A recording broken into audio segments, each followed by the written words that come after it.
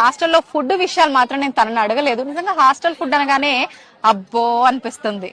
అమ్మా hostel food అదే పప్పు అదే వంకాయ లేకపోతే అలా బోర్ ఐటమ్స్ ఎలా ఉంటుంది హాస్టల్ ఫుడ్? అట్లానేం లేదు, అంటే వీక్ లో ఒక్కో డేకి ఒక్కో స్పెషల్ ఉంటుంది. స్వీట్స్ అట్లా చేస్తుంటారు.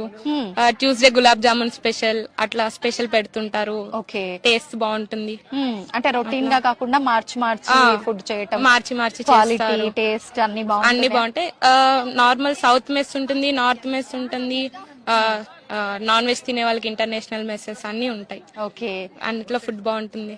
Thank you very much. నిజంగా చాలా మంచి విషయాలు తెలియజేశావు. నిజంగా ఎవరైనా పిల్లలు రావాలన్నా కూడా మీలాంటి పిల్లల మాటలు ఇన్స్పిరేషన్ గా తీసుకొని రావడానికి ఛాన్సెస్ ఉంటాయి. Thank you very much.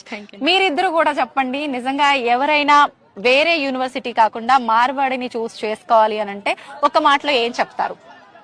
అంటే మనకు దేంట్లో ప్యాషన్ ఉంటే అందులో రాణించడానికి వీళ్ళు బాగా హెల్ప్ చేస్తారు.